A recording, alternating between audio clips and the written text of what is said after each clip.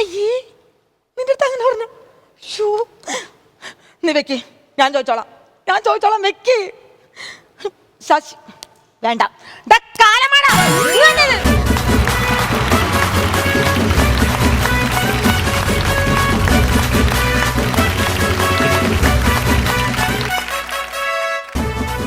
ശശി മാരി ശശി നാറി ശശി. ഒരു ഭർത്താവിനെ വിളിക്കുന്നോടി നാറിയെന്ന്. അയ്യ പേരിയ ഭർത്താവ് വന്നേക്കണ്. നിങ്ങൾ ലേഖനത്തെ എന്താ പറഞ്ഞത്? അയ്യോ ഏത് ലേഖ? അടിച്ച് കരണം പൊട്ടിക്കില്ല പറ. ഓ നിന്റെ കൂട്ടുകാരി ലേഖ.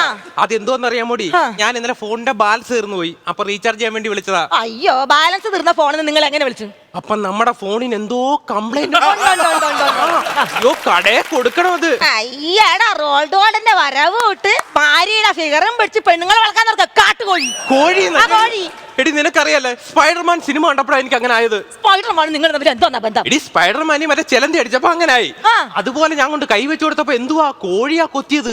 അതിനുശേഷം എനിക്ക് ചിക്കാസ്യ ബൽക്യാസ്യ എന്ന് പറഞ്ഞ മാരകമായ രോഗത്തിന് അടിമയാണ് ഞാൻ.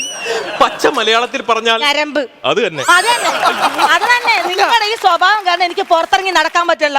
നിങ്ങൾക്ക് അറിഞ്ഞൂടെ എനിക്ക് സൊസൈറ്റിയിൽ ഒരു ബന്ധമുള്ള കാര്യം? അതെ, പാൽ സൊസൈറ്റിയിലെ ഗംഗാധരനോട്ടല്ലേ നിന്റെ ബന്ധം? അത് നിങ്ങളെ വേണ്ട, എന്റെ സംസ്കാരം അനുവദിക്കില്ല.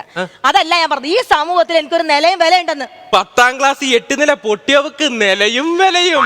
അത് കണക്ക് പരീക്ഷ എനിക്ക് പനിയായിരുന്നു. തോക്കുന്ന എല്ലാവരും പറഞ്ഞു എനിക്ക് പരീക്ഷ പനിയായിരുന്നത്. ചുമ്മാതെ ഓസോം പാളിക്ക് എങ്ങനെ ഓട്ട വേണമെന്ന് ചോദിച്ചപ്പോ എഴുതി വെച്ചാക്കുവാ സ്ഥിരമായി മുട്ടായി തിന്നു കഴിഞ്ഞാൽ ഓട്ട വീഴുമെന്ന്. തോൽവിയായാലെന്താ? നിങ്ങളുടെ ഭാര്യ സുന്ദരിയല്ലേ?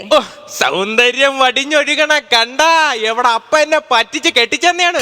എല്ലാ കോന്തം ഭർത്താക്കന്മാരുടെ സ്വഭാവമാണ്. എന്തെങ്കിലും പറഞ്ഞ അപ്പനെ വിളിക്കുന്നത്. അപ്പനെ വിളിക്കരുത്. ആ വിവരം കേട്ട ആളെ ഞാൻ പിന്നെ എന്തോ വിളിക്കണം? എന്റെ അപ്പന് നല്ല വിവരമുണ്ട്.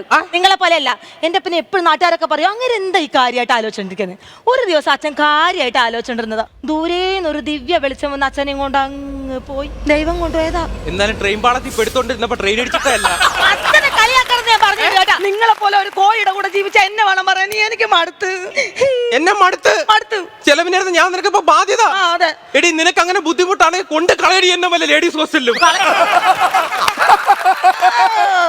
ലേഡീസ് ഹോസ്റ്റലിൽ കളഞ്ഞ നിങ്ങൾക്ക് സുഖമായി പോയല്ലോ. അങ്ങനെ സുഖിക്കാൻ ഞാൻ സമ്മതിക്കില്ല. എന്തോ നിങ്ങളെ സുഖിക്കാൻ ഞാൻ സമ്മതിക്കില്ല. അല്ലെങ്കിൽ എനിക്ക് ഇവിടെ എവിടാടി സുഖം കിട്ടിയിട്ടുള്ളത്? അതെന്ത് വർത്താനത്? നിങ്ങൾക്ക് ഞാൻ സുഖവും സന്തോഷം തന്നിട്ടില്ലേ? തന്നിട്ടുണ്ട്. സുഖവും സന്തോഷവും എനിക്ക് കിട്ടുന്നുണ്ട്. എപ്പോഴാണ്? രാവിലെ ഞാൻ പണിക്കിറങ്ങി പോയിട്ട് നല്ല വിയർത്തൊലിച്ച് പണി ചെയ്തിട്ട് വൈകുന്നേരം തിരിച്ച് വീട്ടിൽ വരുമ്പോ എന്റെ ബെഡ്റൂമിലോട്ട് ഞാൻ കേറും. ചുമ്മാരി പറയട്ടെന്ന്. എന്നിട്ട് എന്റെ ഡ്രസ്സെല്ലാം ഊരിക്കളഞ്ഞിട്ട് പറയട്ടെന്ന്. എന്നിട്ട് ദാണ്ട് ഇങ്ങനെ അങ്ങോട്ട് എടുത്തിട്ട് ഇങ്ങനെ ഒരു ചൊറിച്ചില് ചൊറിയും.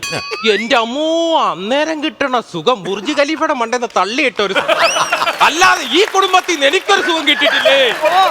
അതെ ശരി. അപ്പൊ ഞാൻ നിങ്ങൾക്ക് സുഖവും സന്തോഷം തരുന്നില്ലാന്ന് അല്ലേ? എനിക്കിത് വേണം. ഇത്രയും കാലം നിങ്ങളെ പൊന്നു പോലെ നോക്കി എനിക്കിത് വേണം. സിന്ധു ഗുണുവാവേ, എന്റെ ഗുണുവാവേ. സിന്ധു സിന്ധു സിന്ധു ശശി അണ്ണ ഒറ്റ കിണിക്കിൽ അങ്ങ് വീണ്.